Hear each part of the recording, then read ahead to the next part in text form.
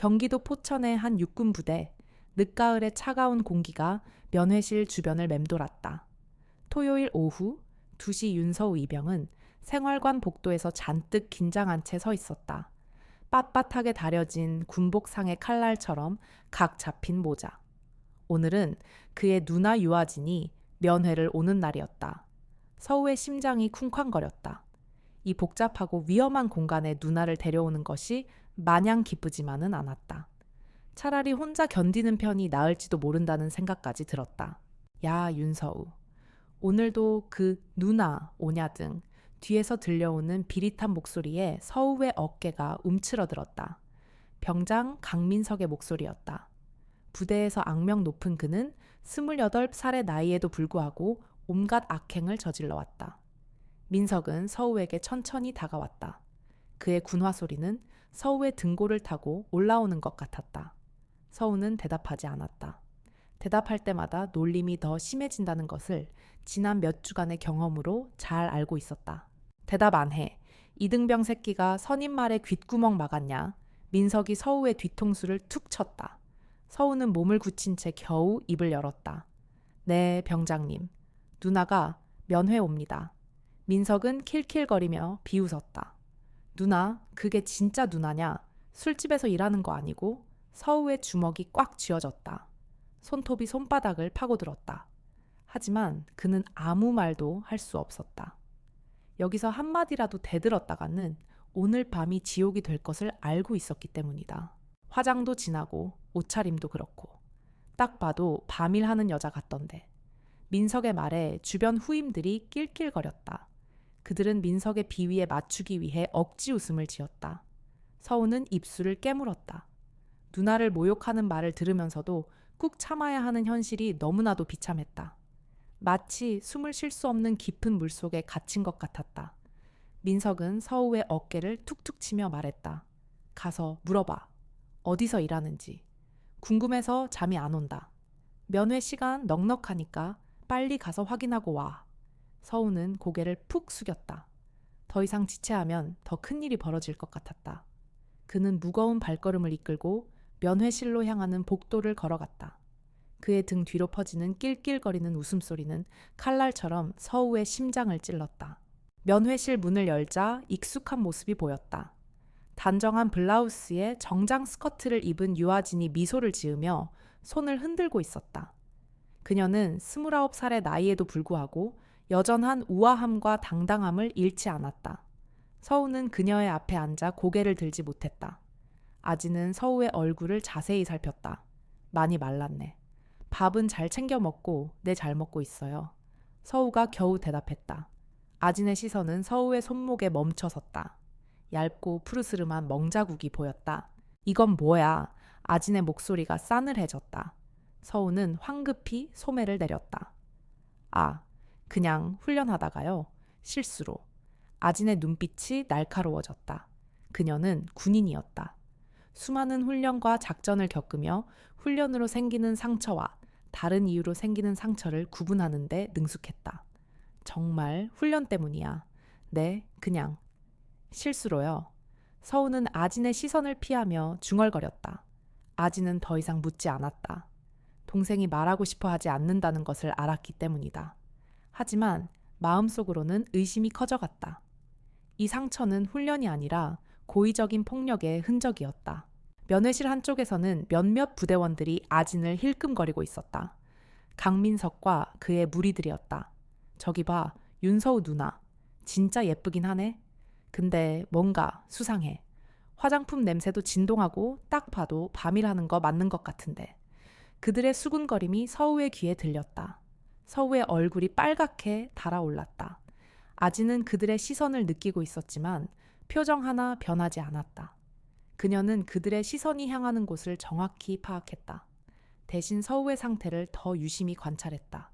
서우야, 부대 생활은 어때? 그냥 평범해요. 선임들은 서우는 잠시 망설였다. 그냥 괜찮아요. 아지는 서우의 말과 표정이 일치하지 않는다는 것을 알아챘다. 하지만 이곳에서 더 캐묻는 것은 위험하다고 판단했다. 군부대는 밖에서 생각하는 것 이상으로 폐쇄적이고 은밀한 공간이었다. 면회 시간이 끝나갈 무렵 아지는 자리에서 일어났다. 다음 주에도 올게. 누나 안 오셔도 돼요. 바쁘실 텐데. 서우가 말을 흐렸다. 누나가 올 때마다 더 심해지는 괴롭힘을 어떻게 말할 수 있겠는가. 아지는 서우의 어깨를 가볍게 두드렸다. 힘든 일 있으면 언제든 연락해. 네.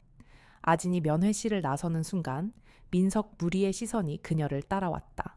아진은 그 시선을 정면으로 받아냈다. 눈빛 하나 흔들리지 않았다. 복도를 걸어 나가는 아진의 뒷모습을 보며 민석이 중얼거렸다. 뭔가 이상해, 저 여자. 아진이 떠난 후 서우는 생활관으로 돌아갔다. 민석이 그를 기다리고 있었다. 어떻게 됐어? 네, 물어보라고 했잖아. 어디서 일하는지. 서우는 고개를 떨궜다. 못 물어봤습니다. 못 물어봤다고 민석의 목소리가 높아졌다. 선임이 시킨 일을 못했다는 거야. 죄송합니다. 야, 윤서우. 이리 와. 서우가 민석 앞으로 다가갔다. 민석이 서우 어깨를 꽉 잡았다. 다음에 또 못하면 어떻게 될지 알지? 네. 그 누나라는 여자 뭔가 수상해. 화장도 진하고 옷도 그렇고. 민석이 서우의 어깨를 더 세게 눌렀다. 혹시 네가 숨기는 거 아니야? 창피해. 아닙니다. 진짜 민석의 눈이 의심스럽게 빛났다. 그럼 다음 주에 확실히 알아와. 알겠어, 네. 서우가 대답하자 민석이 비로소 손을 놓았다. 서우의 어깨에는 민석의 손가락 자국이 선명했다. 그날 밤 서우는 잠들지 못했다. 누나를 욕되게 하는 말들이 계속 머릿속을 맴돌았다. 어떻게 해야 할까? 한편 집으로 돌아간 아지는 서우의 상태를 계속 생각했다. 손목에 멍 위축된 표정, 불안해하는 모습. 모든 것이 평범하지 않았다. 아지는 휴대폰을 들어 서우에게 문자를 보냈다. 서우야, 정말 괜찮은 거야. 누나한테는 모든 것을 말할 수 있다는 거 알지? 서우는 그 문자를 보고도 답장하지 못했다. 생활관에는 늘 누군가가 지켜보고 있었기 때문이다. 며칠이 지났다. 강민석의 괴롭힘은 점점 더 심해졌다. 민석의 협박은 이제 서우의 숨통을 조여오는 족쇄와 같았다. 야, 윤서우. 그 누나 직업 알아냈어. 민석은 서우를 생활관 한쪽으로 불러세웠다. 서우는 고개를 푹 숙인 채 대답했다. 아직이 뭐야. 몇 번을 말해야 해. 민석이 서우의 머리를 손으로 때렸다. 둔탁한 소리가 생활관에 울렸다. 주변의 시선들이 한꺼번에 서우에게 꽂혔다. 그 시선들 속에는 동정심보다 외면하려는 무관심이 더 컸다. 이번 주 토요일에 또 온다며. 그때까지 못 알아내면 각오해. 민석의 목소리가 뱀처럼 서우의 귓속을 파고들었다. 서우는 아무 말도 할 수 없었다. 그런 서우의 모습을 지켜보던 이지호 이병이 조심스럽게 다가왔다. 같은 이병인 그는 서우의 유일한 친구였다. 서우야, 괜찮아. 서우는 고개를 저었다. 응? 강 병장님이 왜 자꾸 그래? 서우는 한숨을 쉬었다. 그냥 누나 때문에.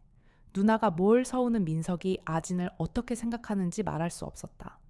너무나도 모욕적인 말들이었기 때문이다. 그냥 신경 쓰지 마. 이지호는 더 이상 묻지 않았다. 하지만 서우가 점점 힘들어하는 것을 알 수 있었다. 그의 얼굴은 날이 갈수록 헬쑥해지고 있었다.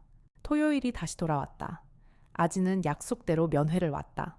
이번에는 강민석뿐만 아니라 다른 간부들도 그녀에게 관심을 보였다. 면회실 앞에는 중대장 박준수 대위가 서 있었다.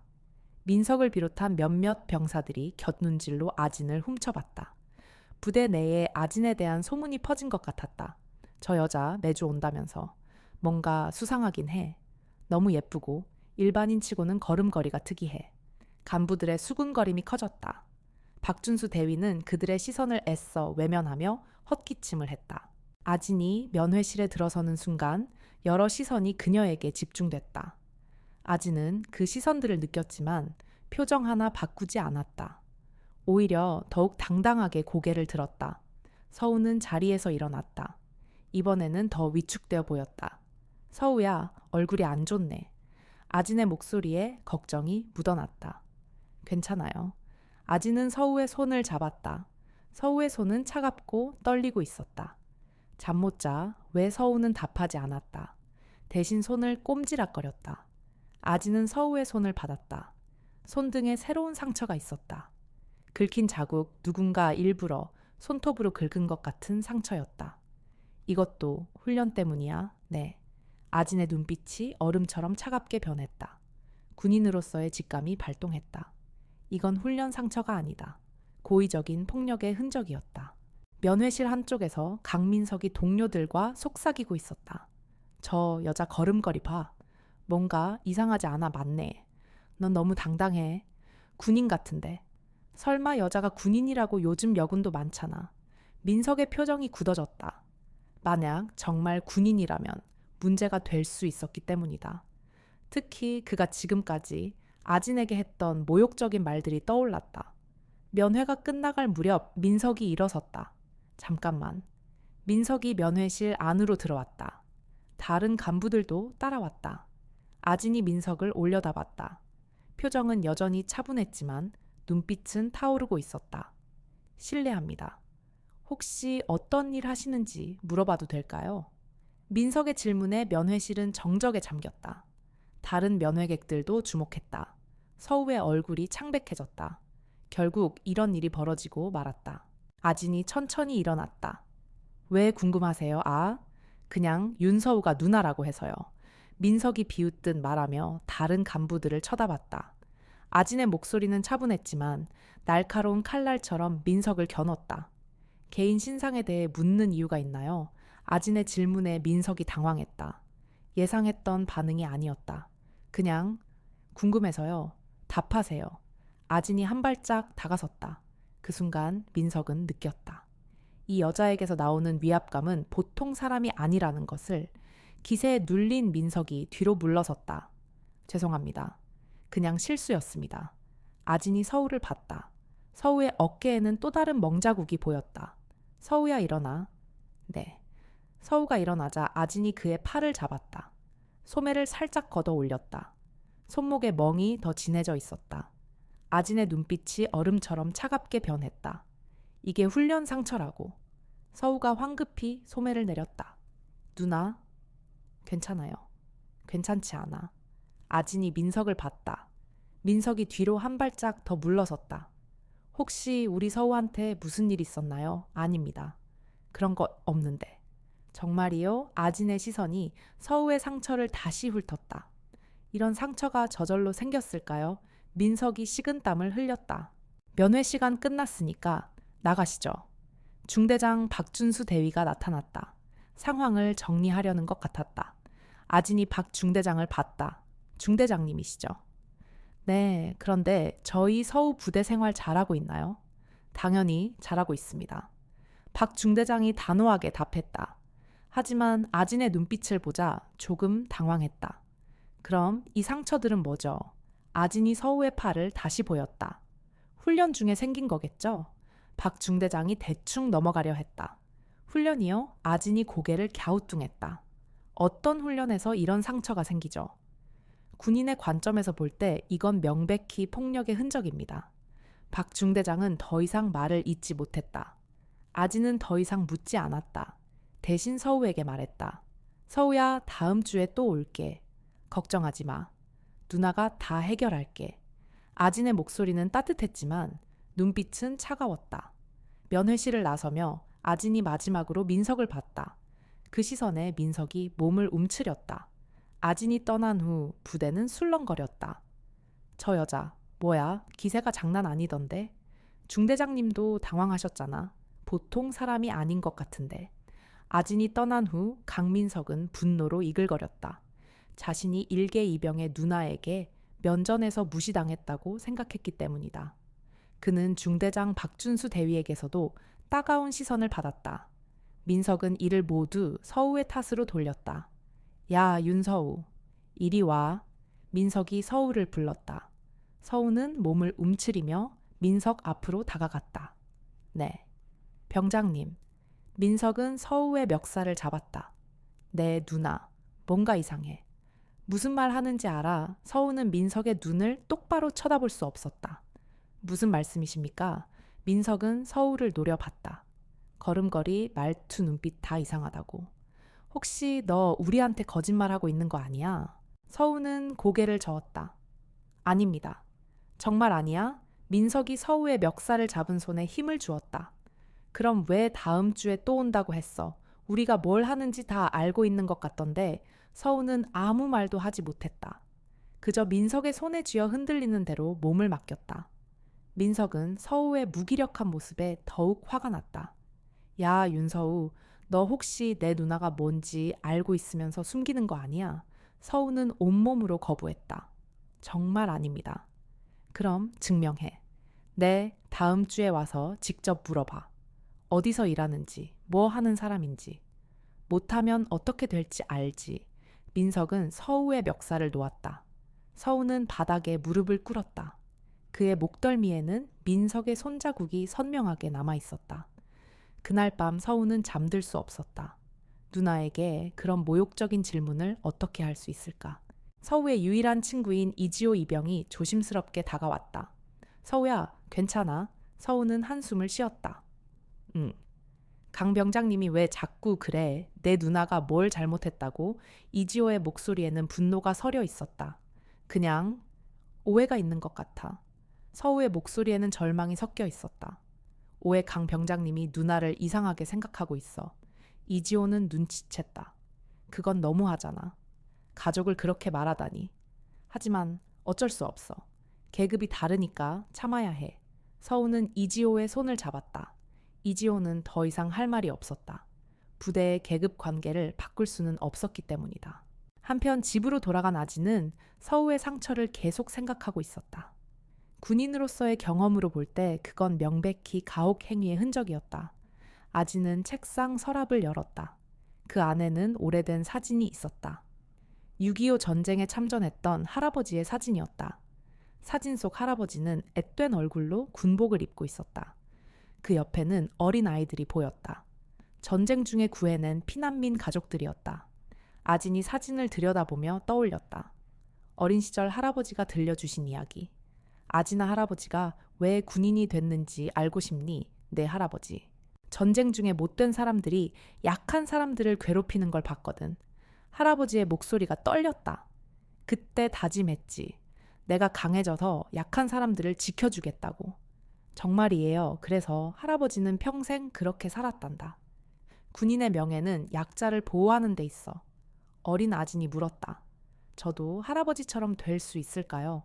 너라면 할 수 있어. 우리 가족은 원래 그런 사람들이야. 그때 할아버지가 아진의 머리를 쓰다듬으며 말했다. 언젠가 네가 누군가를 지켜야 할 때가 올 거야. 그때 이 할아버지 말을 기억해라. 지금 아진은 그 순간이 왔다는 것을 알았다. 서우가 바로 자신이 지켜야 할 가족이었던 것이다. 아진은 사진을 가슴에 안았다. 할아버지, 저도 이제 알겠어요. 제가 해야 할 일이 뭔지. 아진의 눈에 결의가 떠올랐다. 할아버지가 전쟁터에서 민간인을 구했듯이 이제는 자신이 서우를 구해야 할 때였다. 서우야, 누나가 꼭 지켜줄게. 아진이 중얼거렸다. 그 목소리에는 707 특전사 출신의 단호함이 묻어났다. 그때 휴대폰이 울렸다. 윤서우 이병의 삼촌이자 육군 사단장 윤대훈 소장이었다. 아진아 삼촌이다. 서우 어때? 요즘 연락이 뜸하던데. 아진은 잠시 고민했다. 서우의 일을 삼촌에게 말해야 할까? 삼촌, 혹시 부대 내 가혹행위 신고는 어떻게 하죠? 윤 소장의 목소리가 심각해졌다. 가혹행위? 왜 그런 걸 물어봐? 혹시 서우한테 무슨 일이라도 아직 확실하지 않아서 말씀 못 드렸는데. 서우 상태가 이상해요. 어떻게 상처도 있고 표정도 안 좋고. 윤 소장은 침묵했다. 삼촌, 내가 알아볼게요. 어느 부대야? 포천의 직할 부대예요. 알겠어. 조심스럽게 알아볼게. 전화를 끊은 후 아진은 확신했다. 서우에게 뭔가 일이 벌어지고 있다는 것을. 한편 윤 소장은 즉시 행동에 나섰다. 조카 서우의 안위가 걱정됐기 때문이다. 작전 과장, 네 사단장님. 포천 직할 부대 상황 파악해봐. 은밀하게. 내 조카가 그 부대에 있는데 좀 이상한 것 같아. 알겠습니다. 바로 확인해 보겠습니다. 이틀 후 보고가 올라왔다. 사단장님, 해당 부대에 문제가 있는 것 같습니다. 가혹 행위 의혹이 있습니다. 특히 강민석이라는 병장이. 윤 소장의 표정이 굳어졌다. 확실한가? 네. 여러 정황이 그렇습니다. 윤 소장은 중얼거렸다. 아진이가 맞았군. 사단장님 아니다. 계속 지켜봐. 아진이가 움직일 것 같으니까. 윤 소장은 조카 아진을 믿었다. 707 특전사 출신의 현직 국방부 인권감찰단 소령. 이런 일을 처리할 능력이 충분했다. 아진이가 공식적으로 움직이면 내가 뒤에서 지원하겠다. 윤 소장은 다짐했다. 가족을 지키는 것도 중요했지만 군 전체의 명예도 중요했기 때문이다. 다음 주 토요일이 다가왔다. 서우는 그 어느 때보다 불안했다. 오늘은 반드시 민석에게 누나의 직업을 캐물어야 했다. 그렇지 않으면 어떤 보복이 기다리고 있을지 상상조차 하기 싫었다. 야, 윤서우, 오늘이야. 기억하지? 내 누나한테 뭘 물어봐야 하는지. 민석이 서우를 불렀다. 서우는 고개를 끄덕였다. 그의 목덜미는 이미 땀으로 축축했다. 제대로 대답하지 못하면 오늘 밤이 끝장날 것이 분명했다. 민석의 협박에 서우는 무력하게 움츠러들었다. 면회 시간이 되었다. 아진이 나타났다. 이번에는 평소보다 더 많은 간부들이 관심을 보였다. 중대장 박준수 대위, 그리고 그 옆에는 중령 계급장을 단 낯선 얼굴도 보였다. 오태식 중령, 그는 이 부대의 실질적인 최고 지휘관이었다. 소문이 더 퍼진 것 같았다. 저 여자 정체가 뭐야? 지난주에 박 중대장님도 당황하셨잖아. 뭔가 수상해. 너무 예쁘고 일반인치고는 걸음걸이가 특이해. 간부들의 수군거림이 커졌다. 오태식 중령은 팔짱을 낀 채 흥미로운 눈빛으로 아진을 지켜보고 있었다. 아진이 면회실에 들어서자 서우가 일어섰다. 누나, 서우야. 아진은 서우를 바라봤다. 더 초췌해져 있었다. 눈가에 다크서클이 짙었고 불안해하는 기색이 역력했다. 많이 힘들어 보이네. 아진의 목소리가 부드러웠다. 괜찮아요. 서우의 목소리는 힘이 없었다. 아진은 서우의 손을 잡았다. 서우의 손은 차갑고 이전보다 더 심하게 떨리고 있었다. 누나한테 할 말 없어? 아진의 조심스러운 물음에 서우는 시선을 피했다. 없어요. 아진은 알고 있었다. 서우가 무언가를 숨기고 있다는 것을. 그때 강민석이 나타났다. 이번에는 오태식 중령을 포함한 다른 간부들과 함께였다. 실례합니다. 민석이 면회실로 들어왔다. 아진은 민석을 바라봤다. 그녀의 눈빛이 차가웠다. 또 뭐죠? 저번에 못한 질문이 있어서요. 민석이 비웃으며 말했다. 혹시 어떤 일 하시는지 정확히 알 수 있을까요? 아진이 천천히 일어섰다. 왜 계속 묻죠? 그냥. 궁금해서요. 민석은 다른 간부들을 쳐다봤다. 그들도 호기심 어린 눈빛이었다. 윤서우가 대답을 안 해서 직접 물어보는 거예요. 아진의 시선이 서우에게로 향했다. 서우는 고개를 숙이고 있었다. 아, 서우를 시켜서 물어보라고 했구나. 아진은 모든 것을 이해했다. 서우가 왜 그렇게 힘들어했는지, 왜 답장하지 못했는지. 서우야, 아진이 서우를 불렀다. 네. 누나한테 뭘 물어보라고 했어. 서우는 대답하지 못했다. 말해봐. 그냥 정확히. 아진의 목소리가 단호해졌다. 서우는 울먹이며 간신히 입을 열었다. 누나가 어디서 일하는지 물어보라고. 왜 서우는 더 이상 말하지 못했다. 아진은 서우의 눈물을 보았다. 그녀의 심장이 무너져 내리는 것 같았다. 하지만 그녀의 표정은 더욱 차갑게 굳어졌다. 아진이 강민석을 바라봤다. 왜 우리 서우한테 그런 걸 물어보라고 했죠? 그냥 궁금해서요. 정말요. 아진이 한 발짝 다가섰다. 다른 이유는 없고 민석이 당황했다. 아진의 기세에 눌렸다. 예를 들어 제가 어떤 일을 한다고 생각하시는 거죠? 아진의 목소리가 더욱 차가워졌다. 민석이 입을 열었다. 그냥 화장도 진하고 옷차림도 그렇고 그런 일 하는 거 아닌가 해서요. 면회실이 정적에 잠겼다. 서우는 고개를 들지 못했다. 아진의 눈빛이 얼음처럼 차가워졌다. 그런 일이요? 아, 그게. 민석이 말을 더듬었다. 구체적으로 어떤 일이죠? 아진이 다시 물었다.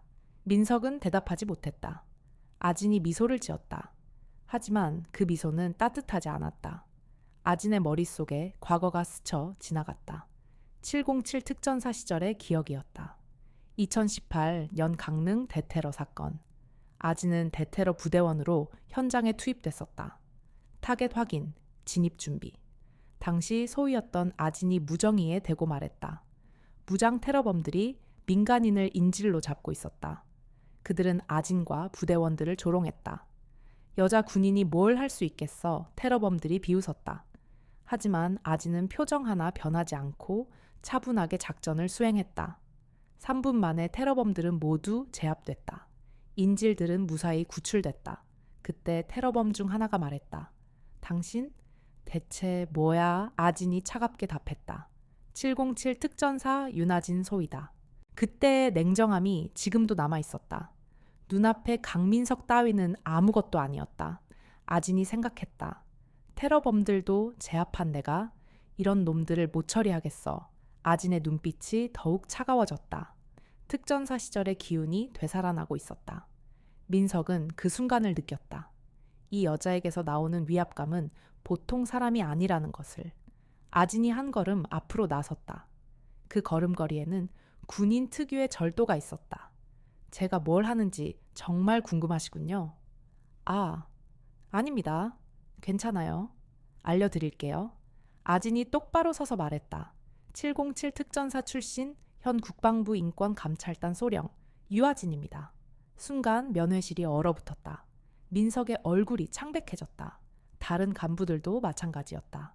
오태식 중령의 눈이 커졌다. 그리고 윤대훈 사단장이 제 삼촌이시고요. 아진이 덧붙였다. 민석이 뒤로 물러섰다. 다리가 후들거렸다. 지금까지 우리 서우한테 뭘 했는지 다 알고 있습니다. 아진의 목소리가 얼음처럼 차가웠다. 특히 당신이요. 아진이 민석을 직접 가리켰다. 내일까지 공식 감찰 요청서를 제출하겠습니다. 민석이 완전히 당황했다. 그건 각오하세요. 아진이 서우의 손을 잡았다. 서우야, 이제 걱정하지 마. 서우는 눈물을 흘렸다. 처음으로 안도감을 느꼈다. 아진이 떠난 후 부대는 폭풍 전야와 같았다. 아진이 던지고 간 폭탄은 면회실을 넘어 생활관 전체를 뒤흔들고 있었다. 707 특전사 소령... 와, 미쳤네. 그럼 여태껏 강 병장님이 술집 여자라고 불렀던 게 현직 특전사 장교였던 거야. 장병들의 얼굴에는 경악과 공포가 뒤섞여 있었다. 박준수 중대장은 얼굴이 하얗게 질린 채 자신의 사무실로 돌아갔다. 오태식 중령은 더욱 심각한 표정이었다. 그는 아진이 언급한 윤대훈 사단장이라는 이름에 대해 생각했다. 군대에서 사단장은 절대 가볍게 언급될 수 있는 존재가 아니었다. 특히 직계가족 관계라는 것은 더더욱. 민석은 모든 것을 잃은 표정으로 멍하니 서 있었다. 한 달 전만 해도 그는 부대에서 누구도 건드릴 수 없는 왕이었다. 하지만 이제 그는 모든 장병들의 비웃음과 경멸의 대상이 되었다. 야, 강민석, 너 진짜 간이 배 밖으로 나왔냐? 어떻게 그런 사람한테? 평소 민석에게 아첨하던 후임들조차 이제는 그를 비난하기 시작했다. 민석은 그들의 말을 들으면서도 아무것도 할 수 없었다. 그의 머릿속은 온통 707 특전사 소령이라는 단어와 감찰 요청서라는 단어로 가득 차 있었다. 같은 시각, 아진은 부대 정문을 나서는 순간 휴대폰을 꺼내 누군가에게 전화를 걸었다. 팀장님 유아진입니다. 부대 내 가혹 행위 및 지휘관 직무태만 관련해서 제보할 사항이 있습니다. 아진의 목소리는 평소처럼 차분했지만 그 안에는 강철 같은 단호함이 배어 있었다. 그녀의 전화를 받은 상대방은 국방부 인권감찰단 소속의 팀장이었다. 유 소령, 갑자기 무슨 일이야? 자료는 내일 오전에 메일로 보내드리겠습니다. 그리고 한 가지, 더 해당 부대 지휘관에게는 일체 연락하지 말아 주십시오.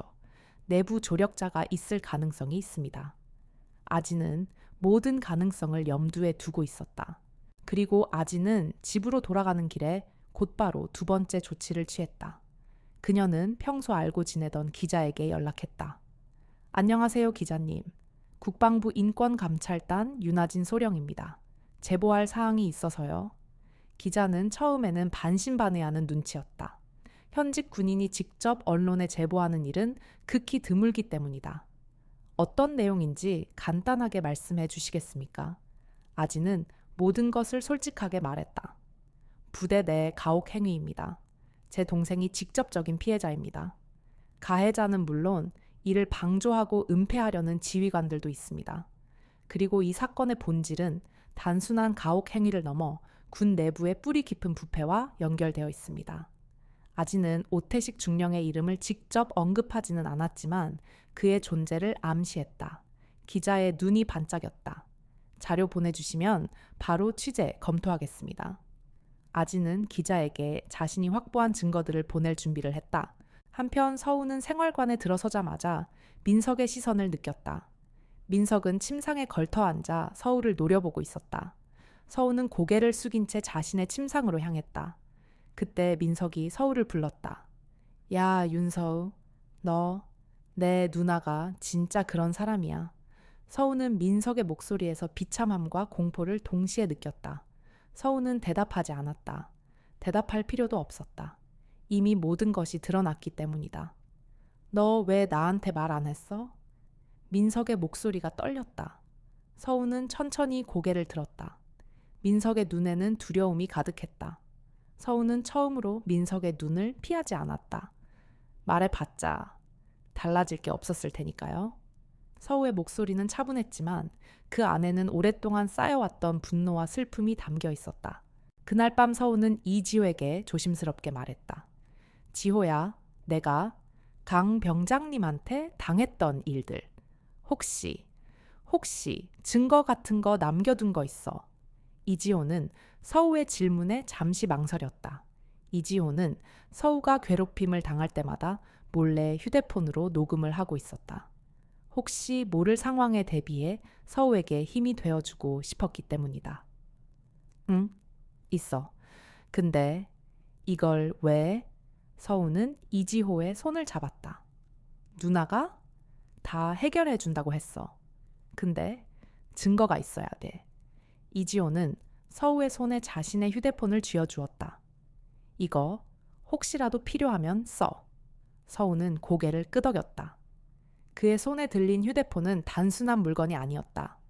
그것은 서우와 이지호 그리고 다른 피해자들의 희망이었다.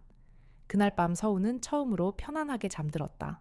다음 날 아지는 국방부 인권감찰단에 정식으로 감찰 요청서를 제출했다.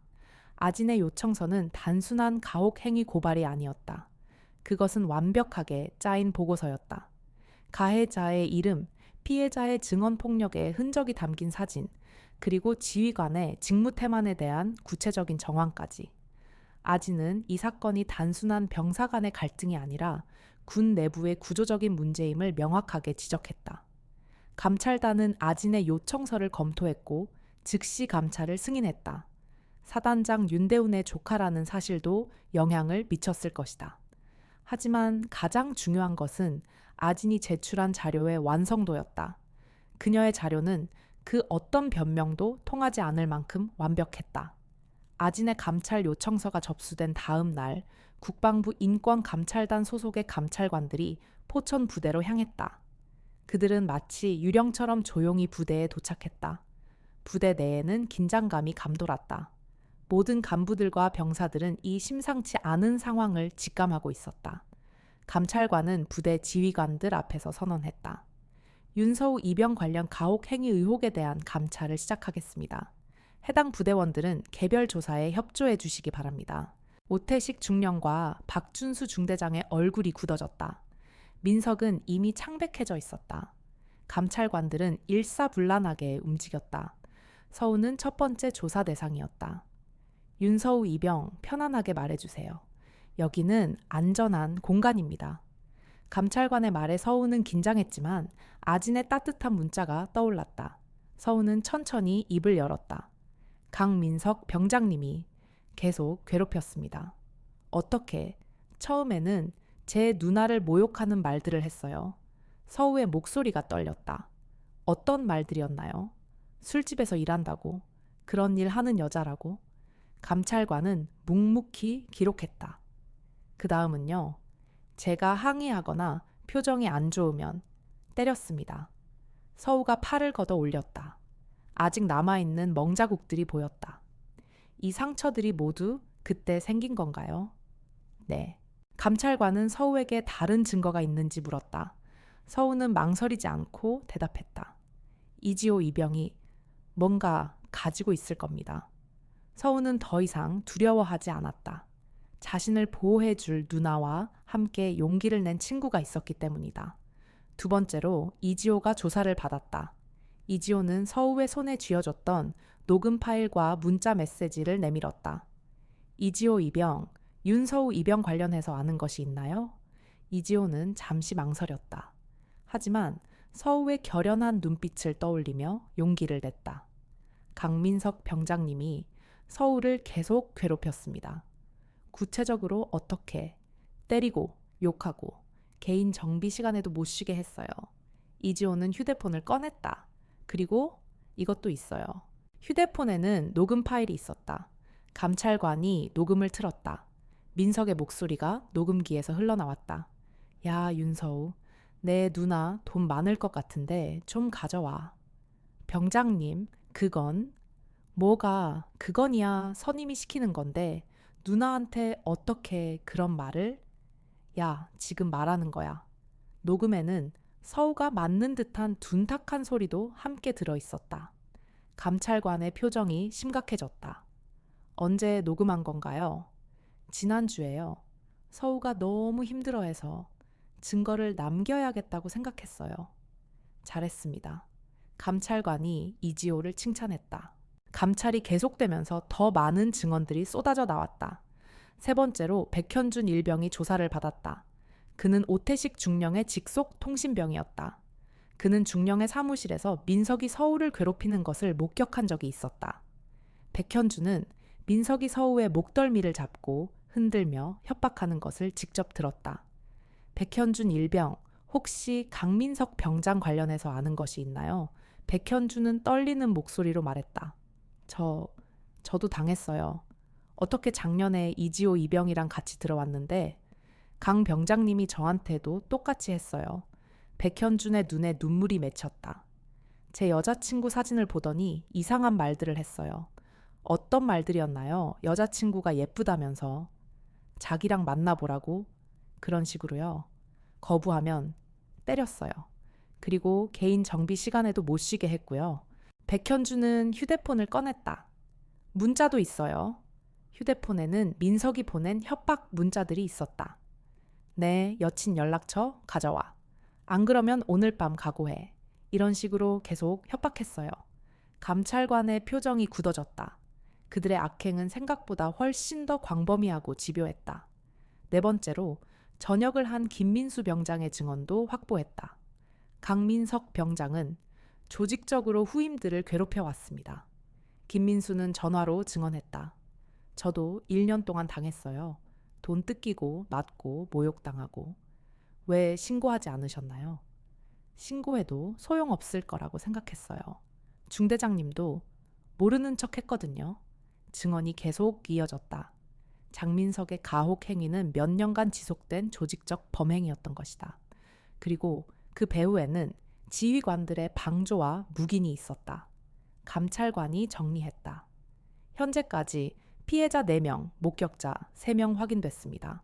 그리고 모든 증언이 일치합니다. 강민석의 범행은 단순한 실수가 아니었습니다. 계획적이고 반복적인 가혹 행위였죠. 이 모든 보고는 즉시 국방부와 윤대훈 사단장에게 전달되었다. 오태식 중령은 상황이 심각하게 돌아가고 있음을 직감했다. 그는 급히 박준수 중대장을 불러들였다. 박 중대장, 이 사태를 어떻게 수습할 건가? 자네가 제대로 관리했으면 이런 일이 벌어지지 않았을 거 아닌가? 중령의 목소리에는 분노와 함께 자신의 책임을 회피하려는 의도가 담겨 있었다. 박 중대장은 얼굴이 창백해진 채 말했다. 송구합니다, 중령님. 저는 정말 몰랐습니다. 모르는 게 죄야. 자네 직무태만으로 우리 부대 전체가 욕을 먹게 생겼어. 중령은 박 중대장에게 모든 책임을 전가하려는 듯 보였다. 하지만 중령의 얼굴에는 미묘한 긴장감이 흐르고 있었다. 그가 정말 두려워하는 것은 이 사건이 단순히 병사 간의 가혹 행위로 끝나지 않을 수도 있다는 가능성이었다. 아지는 이 모든 상황을 멀리서 지켜보고 있었다. 그녀는 감찰관들로부터 보고를 받으며 다음 단계를 준비하고 있었다. 민석과 박 중대장은 그녀의 첫 번째 목표였을 뿐이었다.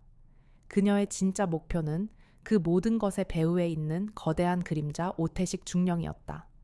그의 얼굴은 겉보기에는 평온했지만 그의 눈빛은 탐욕과 권력욕으로 가득 차 있었다. 아지는 과거의 경험을 통해 그런 눈빛을 가진 사람들이 얼마나 위험하고 잔혹한지를 잘 알고 있었다. 그녀는 이제 막 시작된 이 전쟁에서 그녀의 동생 서우와 같은 피해자들이 다시는 나오지 않도록 싸울 것을 다짐했다. 군 감찰단의 보고서가 작성되자마자 아지는 두 번째 단계에 착수했다. 그녀는 기자에게 미리 전달한 자료에 추가로 감찰 보고서의 핵심 내용을 요약하여 보냈다. 이 모든 과정은 철저히 익명으로 이루어졌다. 그녀의 목표는 단순히 가해자를 처벌하는 것을 넘어 이 사건을 사회적 이슈로 만들어 군 시스템 전체에 경종을 울리는 것이었다. 단독 군부대 내 가혹행위 피해자, 누나는 현직 특전사 소령이라는 제목의 뉴스가 KBS 메인 뉴스에 보도되었다. 뉴스 화면에는 서우의 상처 입은 손목 사진과 함께 아진이 보낸 감찰 보고서의 일부가 모자이크 처리되어 등장했다. 뉴스 앵커는 담담한 목소리로 사건의 전말을 전달했다. 면회 온 가족을 술집 여자라 모욕하고 이를 빌미로 부대원을 괴롭힌 사건이 발생했습니다. 피해자의 누나는 놀랍게도 707 특전사 출신의 현직 소령으로 밝혀졌으며 이 사건에 대해 국방부 인권감찰단에 직접 고발한 것으로 확인되었습니다. 이어지는 인터뷰 화면에서 아지는 뒷모습만 보인 채 차분한 목소리로 말했다. 동생이 계속 상처를 입고 나타났지만 보복이 두려워 말하지 못했습니다. 가족을 모욕당하면서도 참아야 하는 현실이 너무나 안타까웠습니다. 뉴스는 큰 파장을 일으켰다. 인터넷 커뮤니티와 소셜미디어는 뜨겁게 달아올랐다. 이런 일이 아직도 벌어지나 가족 모욕하고 가혹행위까지 정말 최악이다. 707 특전사 출신을 그렇게 봤다니 무식도 정도가 있지. 윤서우 이병 정말 힘들었을 것 같다. 이런 병장들 모두 처벌해야 한다. 여론이 들끓었다. 온라인 커뮤니티에서는 가혹행위, 707 특전사 누나, 윤하진 소령 등의 해시태그가 실시간 검색어에 올랐다. 각종 군 관련 카페에서도 뜨거운 반응이 이어졌다. 나도 군 생활할 때 이런 일 당했다. 가족 모욕당하는 게 가장 참기 힘들다. 이런 놈들 때문에 군대 이미지가 나빠진다. 이번 기회에 확실히 정리됐으면 좋겠다. 여성 시청자들의 반응도 강했다. 내 동생이 저런 일 당하면 가만 안 둘 거다. 가족이 서로 지켜주는 모습이 감동적이다. 유아진 소령님 정말 멋있다. 그 결과 국방부 홈페이지에는 관련 문의와 제보가 빗발쳤다. 우리 부대도 확인해달라. 이런 시스템 언제까지 방치할 거냐. 전면적인 개혁이 필요하다. 언론사들도 후속 보도를 준비하기 시작했다. 군 내부 인권 실태 전면 조사 필요. 가혹행위 신고 시스템 개선 방안은 사회적 관심이 폭증하면서 정치권에서도 목소리를 내기 시작했다. 국정감사에서 이 사건이 거론되었고 국방부 장관은 직접 답변해야 했다. 재발 방지 대책을 시급히 마련하겠습니다. 국방부에서 공식 입장을 발표했다. 해당 사건에 대해 엄중하게 처리하겠습니다. 군 내부 인권 보호 시스템을 전면 점검하고 개선하겠습니다. 이 모든 소식은 순식간에 포천 부대에 전해졌다. 병사들은 뉴스에 나오는 익명의 제보자가 아진이라는 것을 직감했다. 서우는 생활관 침상에 앉아 텔레비전 뉴스를 멍하니 바라보고 있었다. 화면에는 누나의 인터뷰가 나오고 있었다. 서우의 눈에서는 말없이 눈물이 흘렀다. 그 눈물은 그동안의 서러움과 동시에 누나에 대한 미안함과 고마움의 표현이었다. 그때 오태식 중령은 자신의 사무실에서 뉴스를 보고 있었다. 그의 얼굴은 굳은 표정이었다. 젠장 일이 이렇게 커질 줄이야. 그는 단순히 박 중대장과 강민석의 문제를 덮고 넘어갈 생각이었다. 그의 머릿속에는 오직 하나, 자신의 진급과 관련된 중요한 프로젝트가 있었다. 그는 최근 부대 인근 부지를 매각하려는 건설사들과 은밀한 접촉을 하고 있었다. 그들이 추진하는 사업은 오 중령의 진급에 막대한 영향을 미칠 수 있는 중요한 사안이었다. 이 가혹 행위 사건이 커지면 그의 모든 계획이 물거품이 될 수도 있었다. 이게 단순한 변경 내 사건이 아니었군. 오 중령은 중얼거렸다. 그는 아진이 단순히 서우의 누나가 아니라는 것을 직감했다. 그녀는 국방부 인권감찰단 소속의 소령기였다. 그리고 그녀의 뒤에는 윤대훈 사단장이 있었다. 그들의 진짜 목적이 무엇일까? 오 중령은 불안해지기 시작했다. 그는 누군가에게 전화를 걸었다. 여보세요? 장 이사님. 네, 접니다. 저번에 말씀하셨던 그 건 말입니다. 일단 보류하셔야겠습니다. 제가 지금 좀 곤란한 상황이라서요. 오 중령의 목소리에는 초조함이 묻어났다. 그의 목표는 단순한 은폐가 아니라 이 사건을 조기에 진압하고 아진의 입을 틀어막는 것이었다. 그는 이 싸움이 단순한 병사와 장교의 싸움이 아니라 거대한 권력과 부패의 싸움이라는 것을 직감했다. 그리고 그는 이 싸움에서 이기기 위해 모든 것을 걸었다. 군 감찰단의 감찰이 시작된 후 부대 전체는 얼어붙었다.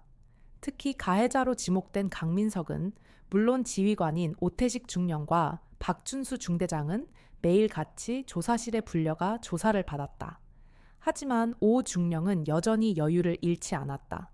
그는 이 사건을 단순히 병사들의 사소한 갈등으로 축소시키려 했다. 병사들끼리 싸울 수도 있는 일 아닙니까? 그걸 가지고 이렇게 국방부 감찰단까지 오다니 유난 떠는 것 같습니다. 오 중령은 능숙하게 상황을 왜곡하며 감찰관들의 본질적인 질문을 회피했다. 그러나 아진의 계획은 이미 한 발 앞서 있었다. 그녀는 단순히 가혹행위만을 문제 삼지 않았다. 그녀의 진짜 목표는 오 중령의 숨겨진 비리였다. 며칠 전 그녀는 오 중령이 부대 인근 부지를 매각하려는 건설사들과 은밀한 접촉을 하고 있다는 소문을 들었다. 이는 그녀의 삼촌 윤대훈 사단장이 제공한 정보와 일치했다.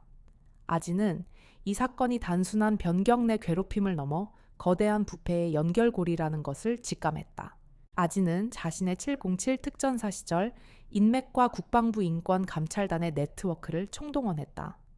그녀는 민간인 신분으로 위장하여 오 중령과 접촉한 건설사 관계자들의 뒤를 쫓았다. 그녀가 만난 첫 번째 사람은 건설사 법무팀장이었다. 아진은 그의 약점을 파고들었다. 가족의 사업 실패 그리고 그로 인해 쌓인 막대한 빚. 아진은 그에게 거래를 제안했다. 오태식 중령과 주고받은 모든 자료를 넘겨주시면 당신의 모든 빚을 해결해 드리겠습니다. 대신 이 거래에 대해선 영원히 함구하셔야 합니다. 법무팀장은 처음에는 망설였다. 군 장교의 비리를 폭로하는 것은 그의 목숨을 걸어야 하는 위험한 일이었기 때문이다. 하지만 아진이 내민 서류에는 그의 빚과 관련된 모든 자료가 상세하게 적혀 있었다. 아진의 정보력에 그는 경악했다.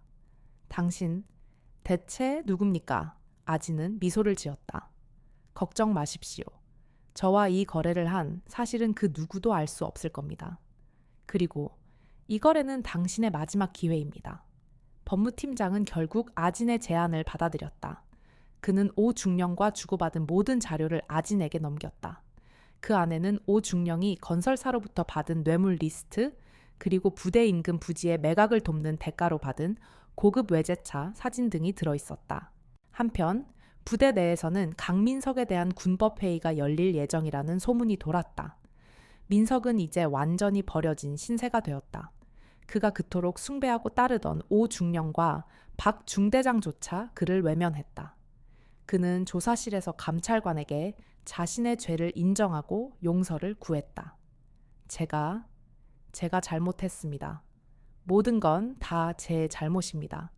제발 한 번만 용서해 주십시오. 하지만 그의 눈에는 여전히 서우에 대한 원망이 남아 있었다. 그는 자신이 왜 이렇게까지 되었는지 이해하지 못했다. 오 중령은 아진이 단순히 서우의 가혹 행위만을 문제 삼는 것이 아니라는 것을 직감했다. 그는 자신의 주변에 있는 모든 사람들을 의심하기 시작했다. 그는 이 사건이 터진 이후 자신의 개인 비서인 박상병이 평소보다 자주 외부에 전화를 거는 것을 수상하게 여겼다.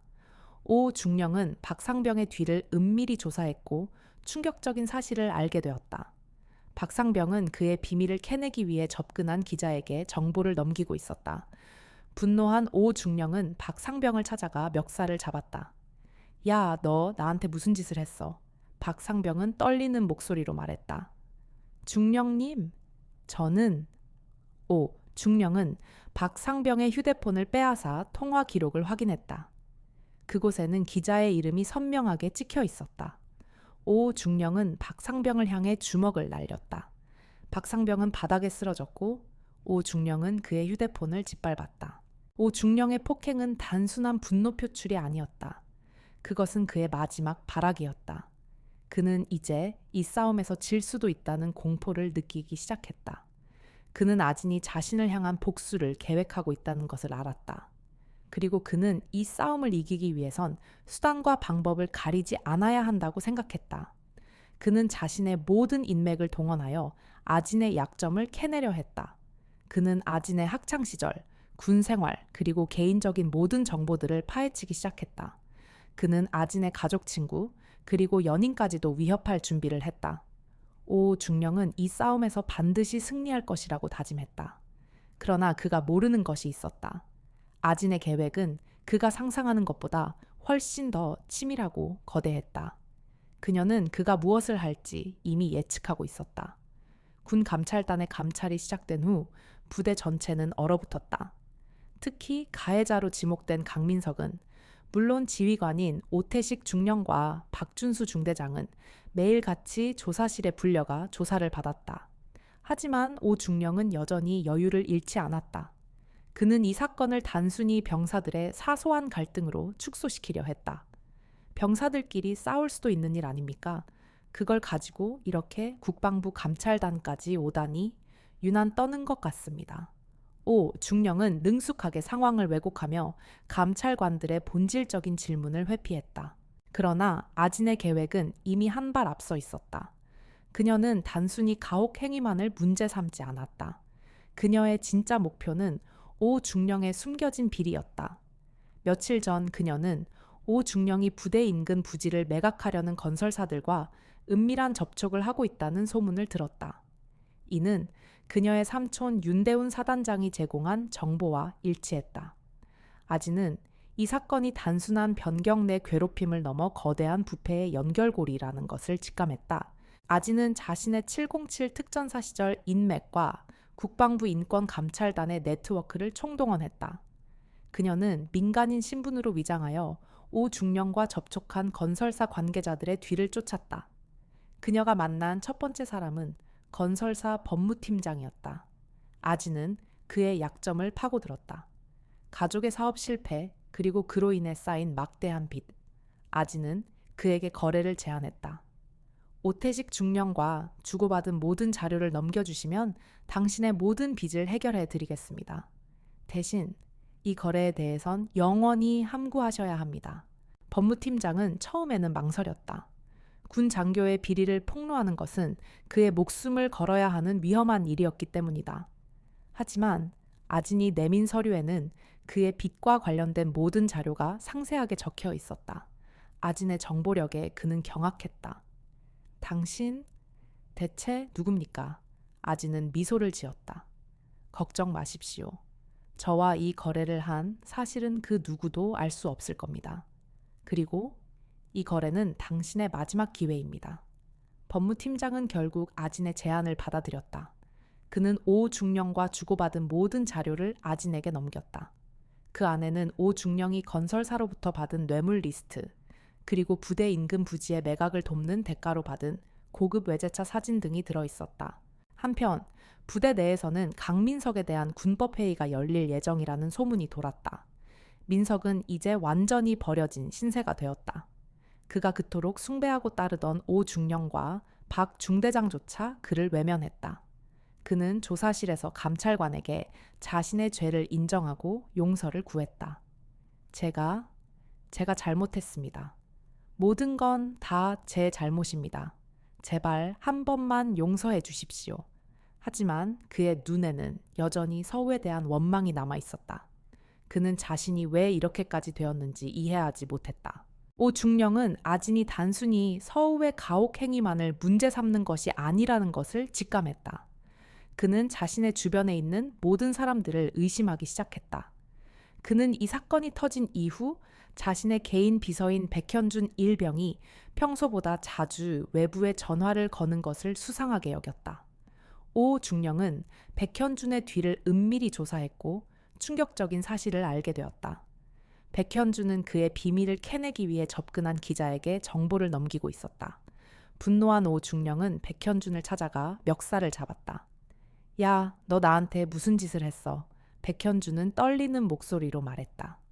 중령님, 저는 중령은 백현준의 휴대폰을 빼앗아 통화 기록을 확인했다.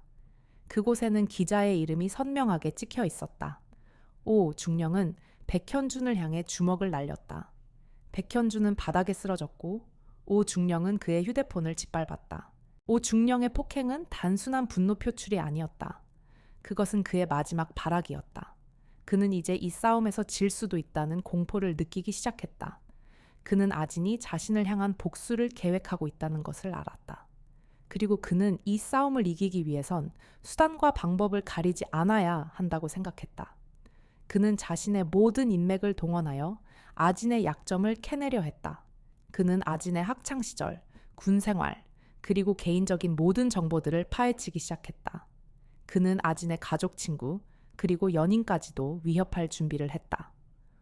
중령은 이 싸움에서 반드시 승리할 것이라고 다짐했다.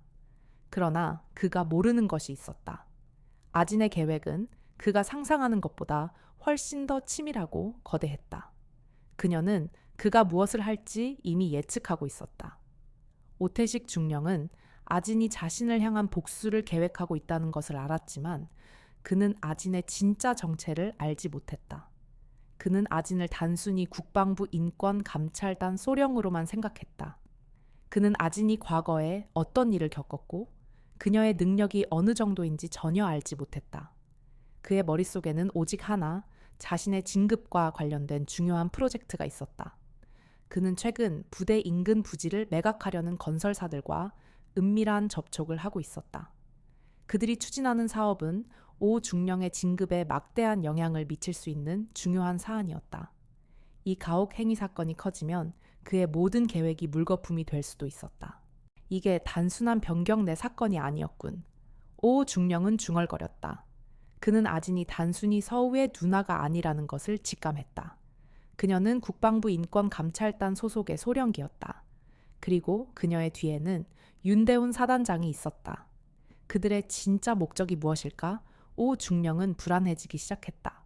그는 누군가에게 전화를 걸었다. 여보세요, 장 이사님. 네, 접니다. 저번에 말씀하셨던 그 건 말입니다. 일단 보류하셔야겠습니다. 제가 지금 좀 곤란한 상황이라서요. 중령의 목소리에는 초조함이 묻어났다. 그의 목표는 단순한 은폐가 아니라 이 사건을 조기에 진압하고 아진의 입을 틀어막는 것이었다. 그는 이 싸움이 단순한 병사와 장교의 싸움이 아니라 거대한 권력과 부패의 싸움이라는 것을 직감했다. 그리고 그는 이 싸움에서 이기기 위해 모든 것을 걸었다. 오중령은 자신의 모든 인맥을 동원하여 아진의 약점을 캐내려 했다. 그는 아진의 학창시절 군생활, 그리고 개인적인 모든 정보들을 파헤치기 시작했다. 그는 아진의 가족 친구, 그리고 연인까지도 위협할 준비를 했다. 그는 아진이 자신의 개인 비서인 백현준 일병을 이용해 정보를 빼돌렸다는 사실을 알게 되었을 때 분노를 금치 못했다. 백현준, 네가 감히 내 뒤통수를 쳐 나한테 무슨 짓을 했는지 알아. 오중령은 백현준에게 주먹을 날렸다.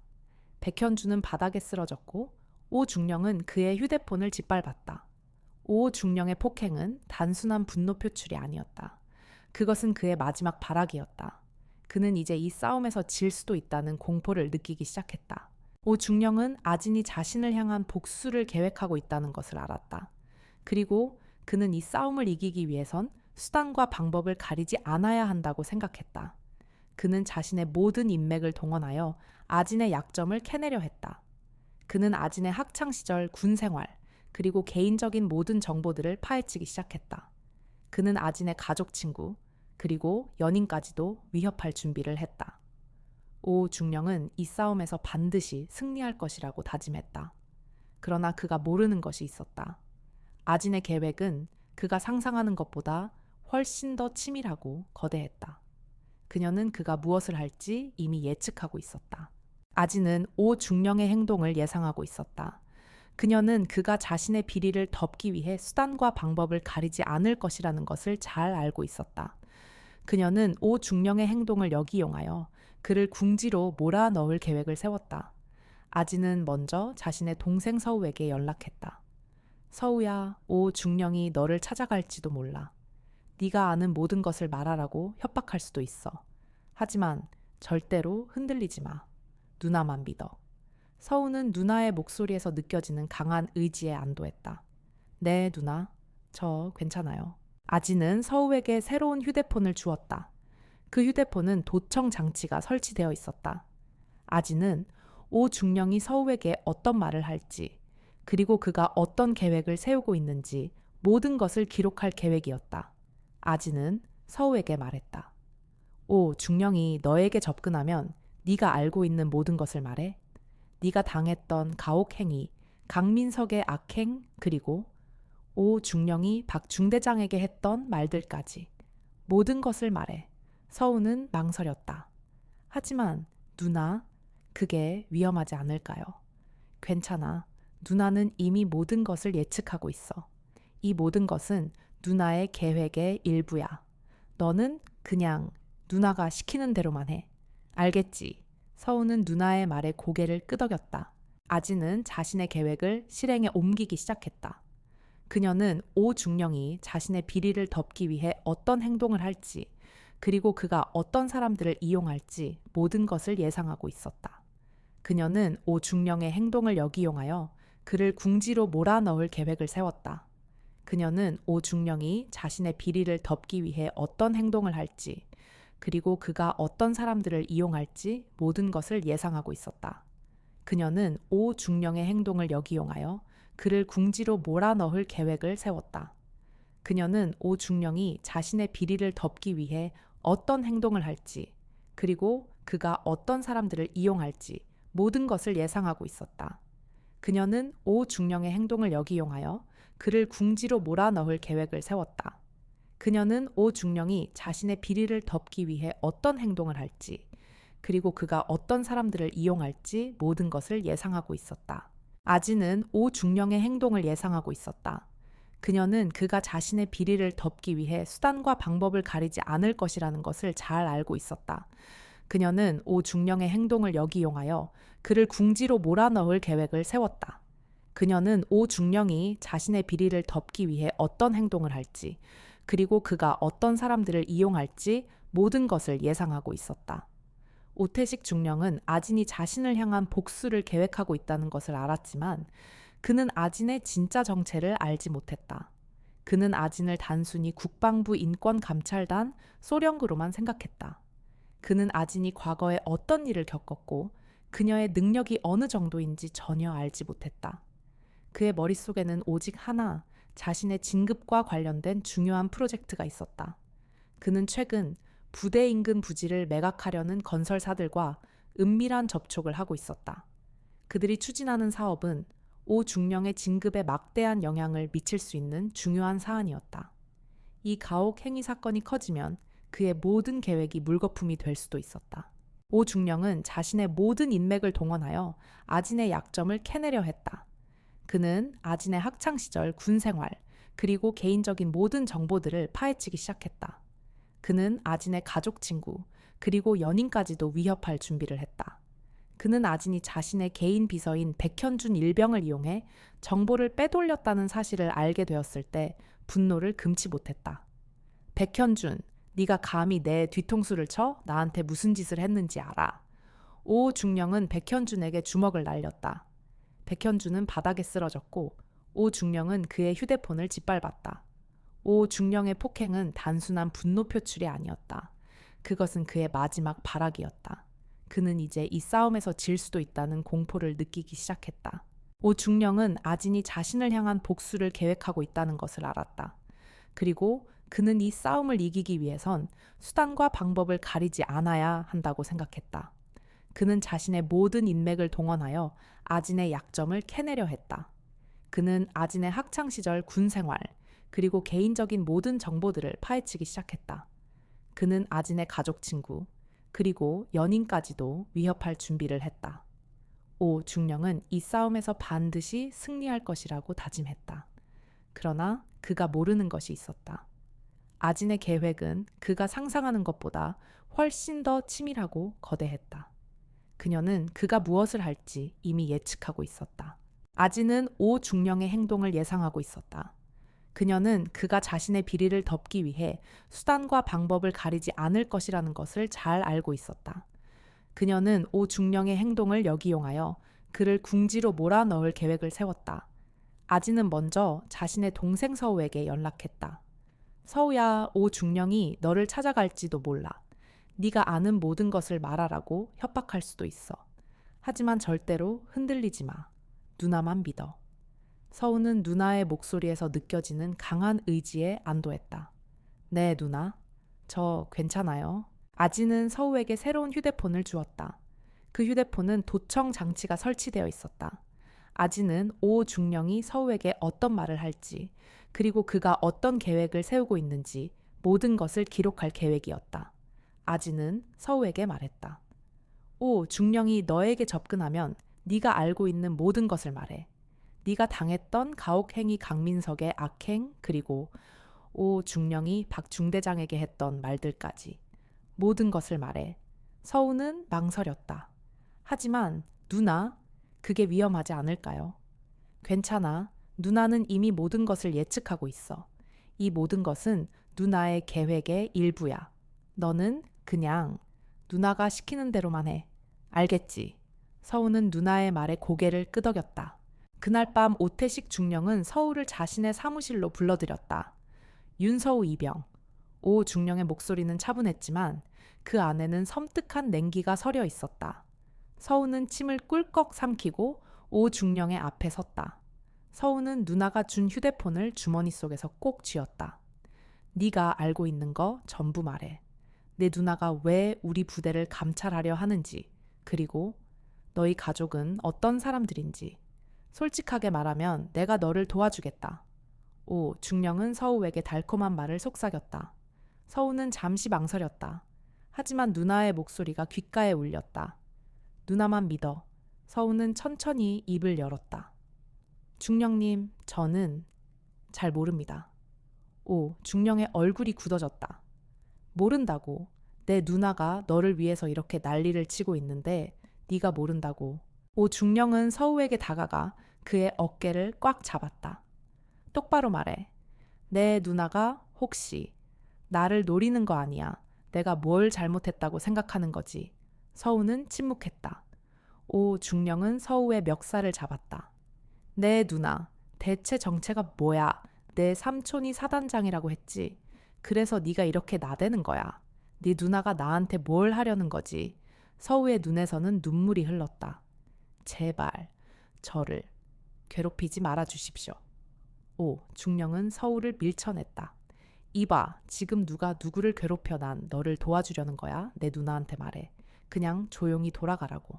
만약에 계속 이런 식으로 나오면 내 누나뿐만 아니라 네 삼촌까지 위험해질 수 있다는 것을. 오중령의 협박에 서우는 절망했다. 그는 이 모든 상황이 자신 때문인 것 같아 괴로웠다. 그는 오중령에게 모든 것을 말해야 할지 아니면 누나의 계획을 믿고 버텨야 할지 갈등했다. 그때 서우의 머릿속에 과거의 한 장면이 떠올랐다. 고등학교 시절 서우는 불의를 참지 못하는 성격이었다. 그는 학교 폭력 가해자들을 고발하기 위해 나섰고 그 과정에서 가해자들의 보복으로 인해 심각한 폭행을 당한 적이 있었다. 그 사건으로 인해 그는 트라우마를 겪었고 이후로는 불의를 보아도 침묵하는 사람이 되었다. 그 사건은 서우에게 깊은 상처를 남겼고 그가 군대에 와서도 강민석의 괴롭힘에 맞서지 못하게 만든 원인이었다. 서우는 그 트라우마 때문에 자신의 누나에게도 모든 것을 말하지 못했다. 그는 자신의 나약함이 누나에게도 피해를 줄까봐 두려웠다. 서우는 오 중령의 사무실을 나서며 생각했다. 나는 여전히 나약한가? 서우는 절망에 빠졌다. 그는 누나의 계획에 따라 모든 것을 말하는 대신 침묵을 선택했다. 그는 누나에게 자신이 얼마나 나약한 사람인지 보여주고 싶지 않았다. 서우의 침묵은 아진의 계획에 차질을 빚게 했다. 아진은 서우가 오 중령에게 모든 것을 말할 것이라고 생각했다. 하지만 서우는 침묵했고 아진은 오 중령의 진짜 의도를 파악하는 데 실패했다. 서우의 침묵은 아진의 계획에 예상치 못한 균열을 만들었다. 아진은 서우가 오 중령의 협박에 굴복해 모든 것을 털어놓을 것이라 생각했다. 하지만 서우는 오히려 입을 굳게 다물었다. 이로 인해 아진은 오 중령의 다음 수를 예측하는 데 어려움을 겪었다. 아진은 불안한 마음에 서우에게 다시 연락했다. 서우야, 오 중령이 너한테 무슨 말 했는지 전부 말해줘. 네가 아무 말도 안 하면 누나가 도와줄 수 없어. 서우는 한참을 망설이다 겨우 답장했다. 누나, 저 때문에 누나까지 위험해지는 거 싫어요. 그냥 이쯤에서 멈춰주시면 안 될까요? 아진은 서우의 문자를 읽고 심장이 철렁했다. 동생의 문자는 마치 비수처럼 아진의 가슴에 박혔다. 서우는 단순한 피해자가 아니었다. 그는 과거의 트라우마에 갇혀 자신을 희생하면서까지 누나를 보호하려 했다. 아진은 서우의 트라우마에 대해 알고 있었다. 고등학교 시절 서우가 학교 폭력 가해자들을 고발하려다 오히려 보복 폭행을 당했던 사건. 그 사건 이후 서우는 사람들의 눈을 마주치지 못하고 불의를 보아도 침묵하는 사람이 되었다. 아진은 그 사건 이후 서우를 지켜주지 못했다는 죄책감에 시달려왔다. 서우의 이번 행동은 그 트라우마가 아직도 서우를 올가매고 있다는 것을 증명했다. 아진은 자신의 복수가 서우에게 더 큰 상처를 주고 있다는 것을 깨달았다. 그녀의 복수는 서우를 구원하기 위한 것이었지만 아이러니하게도 서우를 더 깊은 절망의 구렁텅이로 몰아넣고 있었다. 아진은 자신의 행동에 대한 근본적인 의문을 품기 시작했다. 내가 지금 하는 일이 옳은가? 서우를 위한 것이 아니라 나 자신의 분노를 해소하기 위한 것은 아닌가? 아진의 머릿속은 혼란스러웠다. 그녀는 윤대훈 사단장에게 연락하여 모든 것을 털어놓았다. 삼촌, 제가 서우를 더 힘들게 하고 있는 것 같아요. 제가 복수라는 이름으로 서우의 상처를 다시 헤집고 있는 것 같아요. 윤 소장은 아진의 마음을 이해했다. 아진아, 복수는 결국 칼날이 자신에게로 돌아오는 거야. 하지만 그렇다고 해서 가해자들이 용서받을 수는 없는 법이지. 이 싸움은 너 혼자만의 싸움이 아니야. 군대라는 거대한 시스템과의 싸움이야. 네가 여기서 포기하면 서우 같은 피해자들이 계속해서 나올 거야. 윤 소장의 말에 아진은 다시 한번 마음을 다잡았다. 그녀는 복수를 포기할 수 없었다. 하지만 그녀의 복수는 이제 방향을 바꾸어야 했다. 단순히 개인적인 복수를 넘어 서우와 같은 피해자들이 다시는 나오지 않도록 군 시스템 자체를 바꾸는 거대한 싸움으로 아진은 서우를 위한 새로운 계획을 세웠다. 그녀는 서우의 트라우마를 극복하게 하는 것이 무엇보다 중요하다고 생각했다. 아진은 이지호 이병에게 연락했다. 지호야, 서우한테 필요한 건 누군가의 믿음이야. 서우가 혼자가 아니라는 것을 알게 해줘야 해. 이지호는 아진의 말에 고개를 끄덕였다. 이지호는 서우에게 다가가 그를 위로했다. 서우야, 네가 아무것도 말하지 않아도 괜찮아. 네가 어떤 선택을 하든 나는 내 편이야. 서우는 이지호의 따뜻한 말에 눈물을 흘렸다. 지호야, 미안해. 나 때문에 너까지. 괜찮아. 우리는 동료잖아. 그리고 내 누나가 얼마나 멋진 사람인지 알겠더라. 나는 내 누나가 옳다고 생각해. 그리고 나도 너를 도와주고 싶어. 이지호의 진심 어린 말은 서우의 얼어붙었던 마음을 녹였다. 서우는 이지호에게 모든 것을 털어놓았다. 그가 강민석에게 당했던 모든 괴롭힘, 그리고 그가 숨기고 싶었던 과거의 트라우마까지. 이지호는 서우의 이야기를 들으며 함께 분노하고 함께 슬퍼했다. 서우의 고백은 아진의 계획에 새로운 전환점을 마련했다. 서우는 더 이상 침묵하지 않기로 결심했다. 그는 누나의 복수 계획에 적극적으로 동참하기로 했다. 누나, 제가 도울게요. 중령이 저한테 무슨 말을 했는지 제가 기억나는 모든 것을 말해 드릴게요. 그리고 제가 가지고 있는 모든 증거도 드릴게요. 이제 더 이상 피하지 않을 거예요. 서우의 결심에 아지는 안도했다. 그녀의 복수는 이제 다시 시작되었다.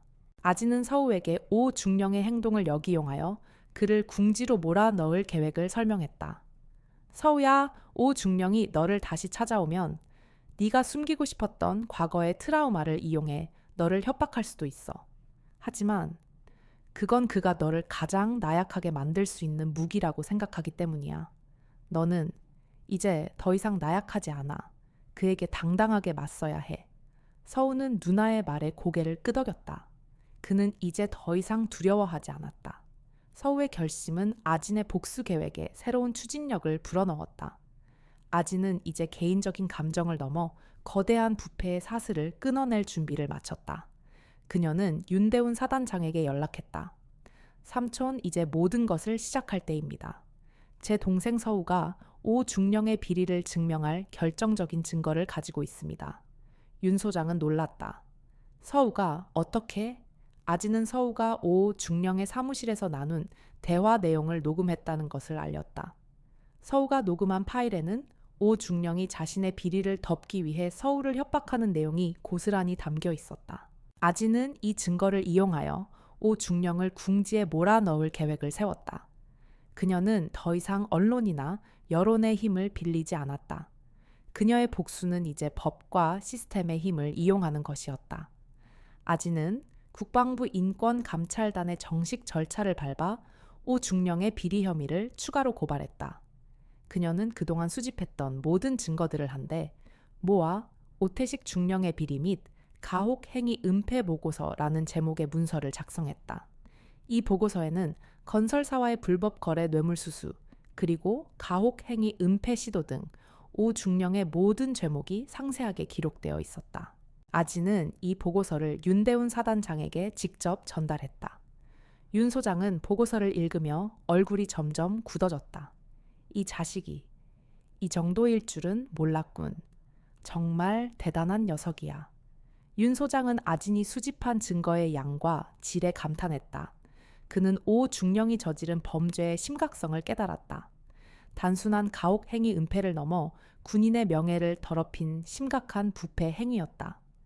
윤 소장은 즉시 오 중령을 군 검찰에 고발할 것을 지시했다. 군 검찰은 즉시 오 중령에 대한 수사에 착수했다.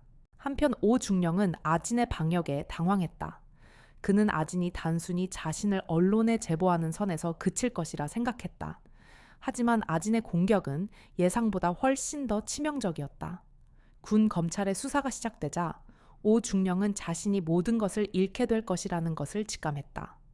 그는 자신이 그동안 쌓아 올렸던 모든 권력과 명예가 한순간에 무너져 내리는 것을 지켜봐야 했다. 그는 자신의 비리를 알고 있는 모든 사람들에게 연락하여 입막음을 시도했다. 하지만 이미 늦었다. 아진이 수집한 증거들은 너무나도 완벽했고 그 누구도 오 중령을 도와주려 하지 않았다. 오 중령은 마지막 발악을 했다. 그는 아진을 직접 찾아가 무릎을 꿇고 빌었다. 윤소령님, 제가 잘못했습니다. 모든 것을 인정하고 제 모든 재산을 사회에 환원하겠습니다. 제발 한 번만 용서해 주십시오. 저에게 한 번의 기회를 주십시오. 오 중령의 얼굴에는 두려움과 절망이 가득했다. 아진은 오 중령을 차갑게 내려다보았다. 중령님, 당신이 저지른 죄는 용서받을 수 없는 죄입니다. 당신은 군인의 명예를 더럽혔고 제 동생과 같은 수많은 피해자들에게 상처를 주었습니다. 당신에게는 그 어떤 기회도 없습니다. 아진의 목소리는 단호했다. 오 중령은 아진의 단호한 태도에 절망했다. 그는 마지막으로 서울을 찾아갔다. 윤이병, 네가 나한테 이럴 수 있어. 나는 너를 도와주려고 했다고. 서우는 오 중령의 눈을 똑바로 쳐다보았다. 그의 눈에는 더 이상 두려움이 없었다. 중령님, 당신은 저를 도와주려 한 것이 아닙니다. 당신은 당신의 죄를 덮으려 한 것입니다. 저는 이제 더 이상 당신을 두려워하지 않습니다. 서우의 말에 오 중령은 무너져 내렸다. 그는 서우의 앞에 무릎을 꿇고 눈물을 흘렸다. 나 좀 살려줘. 서우는 오 중령의 눈물을 보며 생각했다. 이 사람이 나를 괴롭히던 강민석과 다를 게 없구나. 권력과 명예에 눈이 멀어 약자에게 폭력을 행사하고 자신의 죄를 덮기 위해 모든 것을 희생하는구나. 서우는 오 중령을 용서할 수 없었다. 그는 자신의 누나가 얼마나 옳았는지 깨달았다. 정의를 실현하기 위해서는 침묵해서는 안 된다는 것을. 서우는 오 중령을 외면하고 자신의 생활관으로 돌아갔다. 오 중령은 서우의 차가운 뒷모습을 보며 절망했다. 군 검찰의 수사는 신속하고 철저하게 진행되었다. 아진이 제공한 증거들은 너무나 명백했다. 건설사 법무팀장의 진술과 그가 넘겨준 자료들, 그리고 서우가 녹음한 오태식 중령과의 대화 파일은 오 중령의 모든 죄를 명확하게 드러냈다. 군 검찰은 오 중령을 긴급 체포하고 그의 사무실과 자택을 압수수색했다. 압수수색 과정에서 오 중령이 뇌물로 받은 고급 외제차와 현금, 그리고 부대 인근 부지 매각과 관련된 비밀 서류들이 발견되었다. 수사 결과는 즉시 국방부와 언론에 발표되었다. 단독 현역 중령 건설사로부터 뇌물수수 혐의로 구속, 가혹행위, 은폐 시도까지. 뉴스는 대서특필되었다. 오태식 중령의 얼굴과 이름이 모자이크 없이 공개되었다. 그가 그토록 지키려 했던 명예는 한순간에 바닥으로 추락했다. 부대원들은 뉴스를 보며 충격에 빠졌다. 그들의 눈에는 존경하던 지휘관이 아닌 한낱 부패한 범죄자만이 보였다. 강민석은 오 중령이 구속되었다는 소식에 충격을 받았다. 자신이 그토록 따르던 왕이 이렇게 무너질 줄은 꿈에도 몰랐다. 그는 자신의 죄가 오 중령의 죄에 비하면 아무것도 아니라는 것을 깨달았다. 군법회의가 열렸다. 재판정에는 오태식 중령과 강민석 병장이 피고인석에 앉았다. 오 중령은 자신의 혐의를 완강히 부인했다. 저는 결백합니다. 이 모든 것은 윤하진 소령의 개인적인 복수극입니다. 오 중령은 마지막까지 자신의 죄를 인정하지 않았다. 하지만 아진이 증인으로 나서자 오 중령의 얼굴은 창백해졌다. 아진은 재판정에서 차분하고 단호한 목소리로 증언했다. 오태식 중령은 자신의 비리를 덮기 위해 제 동생을 협박하고 가혹 행위를 은폐하려 했습니다. 이는 단순한 개인의 일탈을 넘어 군의 명예를 더럽힌 심각한 범죄입니다. 저는 군인의 명예를 걸고 이 모든 증거가 사실임을 맹세합니다. 아진의 증언은 재판정을 숙연하게 만들었다. 서우도 증인으로 나섰다. 서우는 법정에서 떨리는 목소리로 자신이 당했던 모든 괴롭힘을 털어놓았다. 강민석의 모욕적인 말들 폭행, 그리고 오 중령의 협박까지. 서우는 더 이상 두려워하지 않았다. 그는 자신이 겪었던 모든 것을 솔직하게 증언했다. 서우의 증언은 강민석과 오 중령을 향한 국민들의 분노를 폭발시켰다. 재판정에는 서우의 증언에 감동한 사람들의 박수 소리가 터져 나왔다. 오 중령은 재판정에서 고개를 숙였다. 그는 서우의 눈을 똑바로 쳐다볼 수 없었다. 재판 결과는 예상대로였다. 오태식 중령은 뇌물수수 가혹행위, 방조 및 은폐 직권 남용 등의 혐의로 징역 5년을 선고받았다.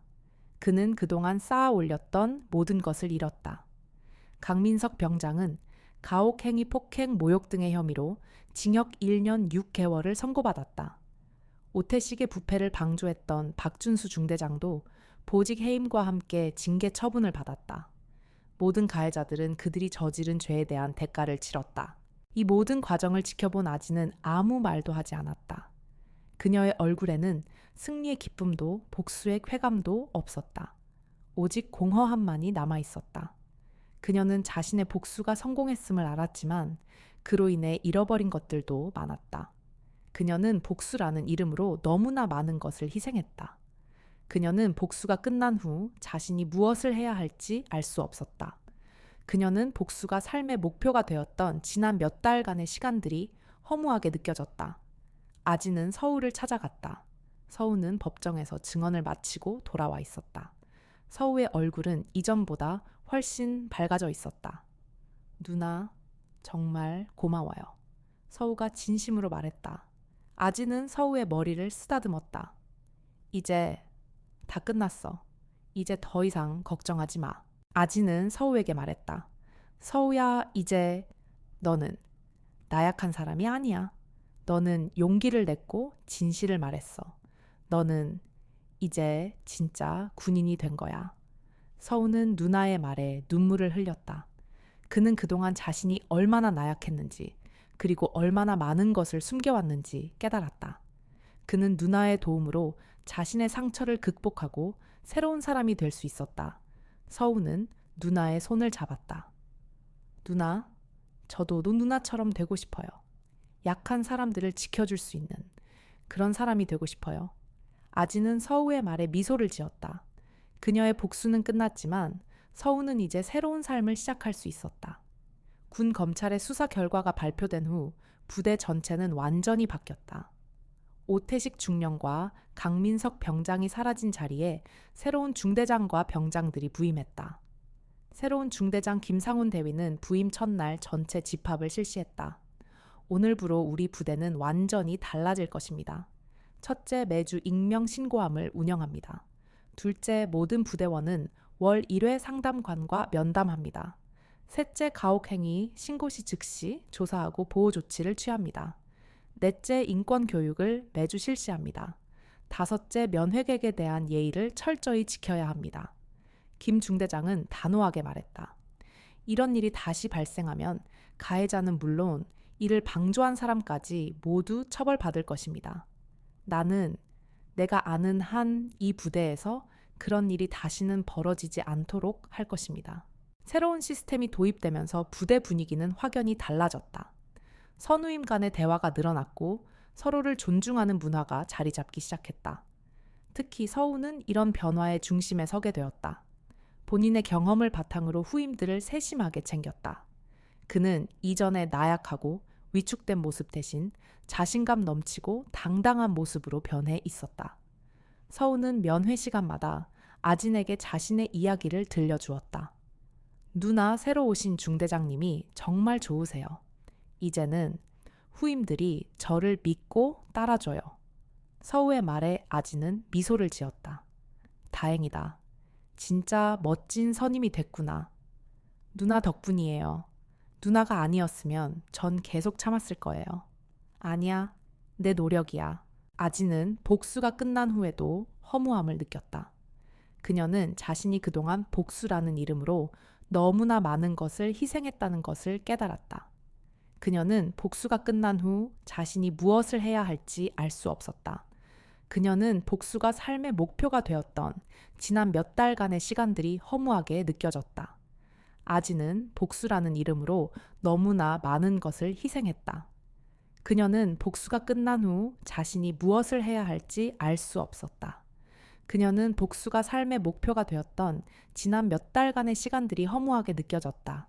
아지는 복수라는 이름으로 너무나 많은 것을 희생했다. 서우의 변화는 아진에게 새로운 깨달음을 주었다.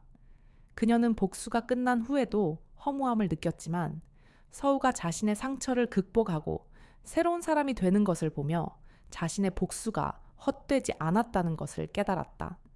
그녀의 복수는 단순히 가해자를 처벌하는 것을 넘어 피해자를 구원하고 새로운 삶을 살게 하는 것이었다. 아지는 이제 더 큰 목표를 가지게 되었다. 그녀는 서우와 같은 피해자들이 다시는 나오지 않도록 군 시스템 자체를 바꾸는 일을 하고 싶었다. 아지는 국방부 인권감찰단장에게 직접 찾아갔다. 단장님, 저는 이 사건을 계기로 군내 가혹 행위 예방을 위한 시스템을 만들고 싶습니다. 단장은 아진의 제안에 귀를 기울였다. 어떤 시스템을 말하는 건가? 첫째, 모든 훈련병들에게 입대 시 개인 인권 상담사를 배정하여 군 생활 중 발생하는 모든 문제들을 익명으로 상담할 수 있도록 하는 것입니다. 둘째, 가혹 행위 발생 시 즉시 가해자와 피해자를 분리하고 피해자의 심리 치료를 지원하는 프로그램을 만드는 것입니다. 셋째, 모든 지휘관들에게 정기적인 인권 교육을 의무화하여 인권 감수성을 높이는 것입니다. 단장은 아진의 제안에 깊은 감명을 받았다. 윤소령 자네의 제안은 우리 군에 꼭 필요한 시스템이야. 하지만 이런 시스템을 만드는 것은 많은 저항에 부딪힐 거야. 군 내부의 뿌리 깊은 문화와 싸워야 하니까.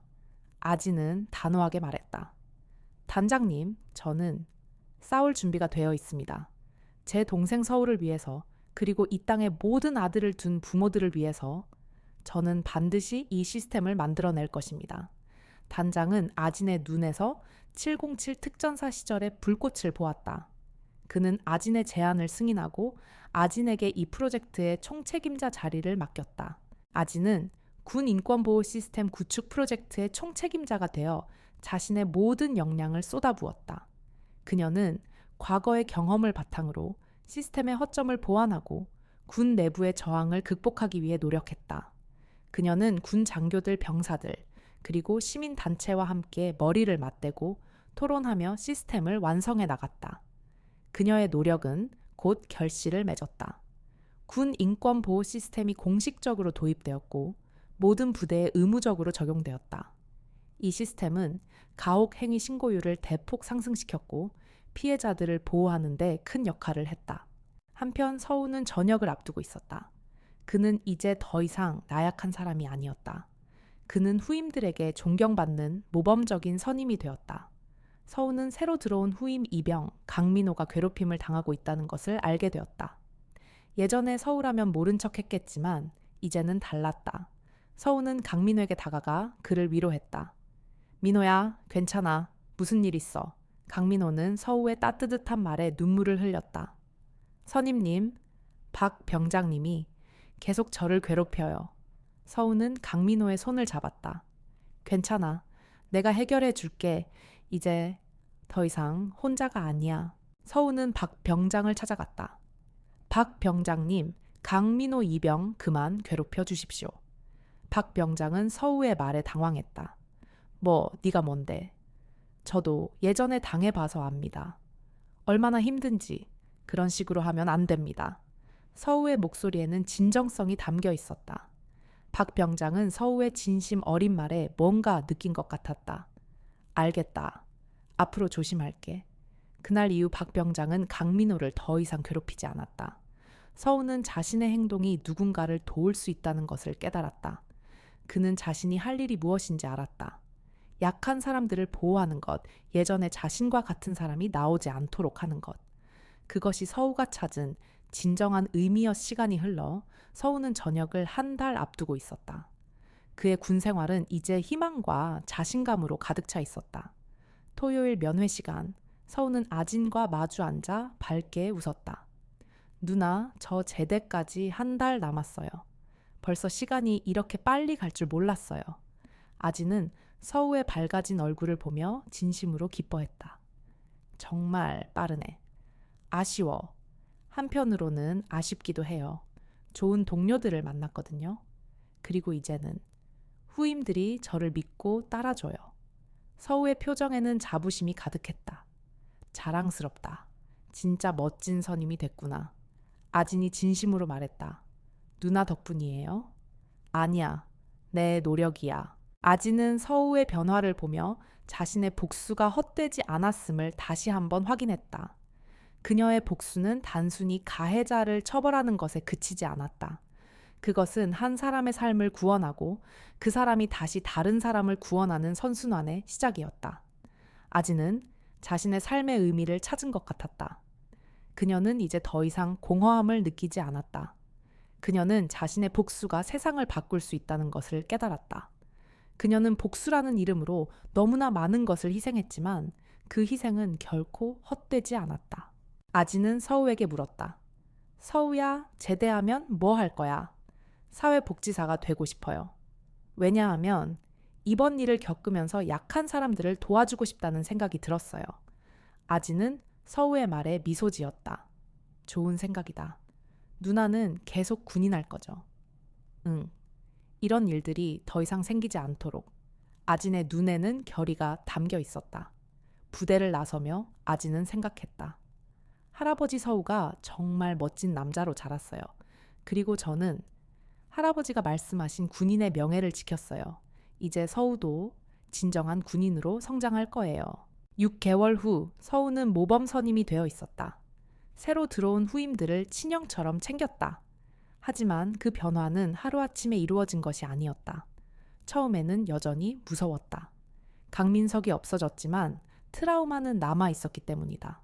어느 날 새로 들어온 후임 이병 강민호가 울고 있었다. 다른 선임이 괴롭혔던 것이다. 서우는 처음에 모른 척하려 했다. 나도 예전에 당했는데. 하지만 강민호의 모습에서 과거의 자신이 보였다. 무력하고 외롭던 그때의 모습이. 서우는 용기를 냈다. 민호야, 괜찮아. 네, 선임님. 뭔 일이야 말해봐. 강민호가 주저하다 말했다. 박상병님이 계속 괴롭혀요. 서우의 주먹이 쥐어졌다. 예전에 자신과 똑같은 상황이었다. 이번에는 내가 지켜줘야 해. 서우가 결심했다. 서우는 박상병을 찾아갔다. 예전에 서우라면 상상도 못할 일이었다. 박상병님, 강민호 이병 그만 괴롭혀 주십시오. 뭐 네가 뭔데? 저도 예전에 당해봐서 알아요. 얼마나 힘든지. 그런 식으로 하면 안 돼요. 서우의 목소리에 진정성이 담겨 있었다. 박상병이 당황했다. 서우의 진심 어린 말에 뭔가 느낀 것 같았다. 알겠다. 앞으로 조심할게. 그날 이후 서우는 확신했다. 자신이 할 일이 뭔지를, 후임들을 보호하는 것, 예전에 자신과 같은 사람이 없도록 하는 것. 그것이 서우가 찾은 진정한 의미였다. 3년 후 서우는 사회복지사가 되어 청소년 보호시설에서 일하고 있었다. 그는 어려운 환경에 놓인 아이들을 도우며 큰 보람을 느끼고 있었다. 그의 얼굴에는 언제나 따뜻한 미소가 걸려 있었다. 선생님, 저 때문에 집에서 자꾸 싸우는 것 같아요. 한 아이가 서우에게 조심스럽게 말했다. 왜 그렇게 생각해? 서우는 아이의 어깨를 가볍게 두드렸다. 엄마 아빠가 제 문제로 자꾸 다투시거든요. 서우는 아이의 눈을 똑바로 쳐다보며 말했다. 그건 네 잘못이 아니야. 어른들이 해결할 문제야. 정말요, 정말이야. 그리고 누군가 너를 괴롭히면 언제든 말해. 내가 너를 지켜줄게. 서우의 말에 아이는 안도했다. 서우는 자신의 경험이 이렇게 도움이 된다는 게 신기했다. 그는 이제 자신이 겪었던 상처를 통해 다른 사람들을 치유할 수 있다는 것을 알았다. 아지는 국방부 인권감찰단장으로 승진했다. 그녀는 국내 인권보호 시스템을 전국적으로 확산시키는 일을 하고 있었다. 소령님, 이번 달 가혹 행위 신고 건수가 전월 대비 30% 증가했습니다. 아지는 보고서를 읽으며 미소 지었다. 신고가 늘어난 건 좋은 신호야. 숨겨져 있던 문제들이 드러나고 있다는 뜻이니까. 처리는 어떻게 되고 있나요? 모든 사건 100% 해결하고 있습니다. 그래야 신뢰를 쌓을 수 있거든. 아진의 노력으로 군 내부 문화는 점점 바뀌고 있었다. 그녀는 자신의 복수가 단순한 개인의 승리가 아니라 군 전체의 변화를 이끌어내는 거대한 힘이 되었다는 것을 깨달았다. 그들의 이야기는 군 내부에서 전설이 되었다. 윤아진 소령 사건이라고 불리며 가혹 행위 예방 교육에 사용됐다. 어느 날 아진에게 한 통의 편지가 왔다. 과거 서우와 같은 상황에 놓여 있던 한 병사가 보낸 것이었다. 소령님, 덕분에 저도 용기를 낼 수 있었습니다. 이제는 제가 후임들을 보호하는 선임이 되었습니다. 고맙습니다. 아지는 편지를 읽으며 미소 지었다. 이것이 바로 자신이 원했던 변화였거든요. 한 사람의 용기가 세상을 바꾼다는 것, 가족은 서로의 방패라는 것, 그리고 정의는 반드시 실현된다는 것, 그들의 이야기는 계속될 것이다. 더 나은 세상을 만들어가는 사람들의 이야기로. 댓글로 여러분의 소중한 의견과 감동을 나눠주세요. 좋아요와 구독은 저희 채널에 큰 힘이 됩니다. 더 많은 분들이 이 이야기를 접할 수 있도록 주변에 공유해 주시면 감사하겠습니다. 여러분의 관심과 응원 덕분에 저희는 더 좋은 이야기로 찾아뵐 수 있습니다.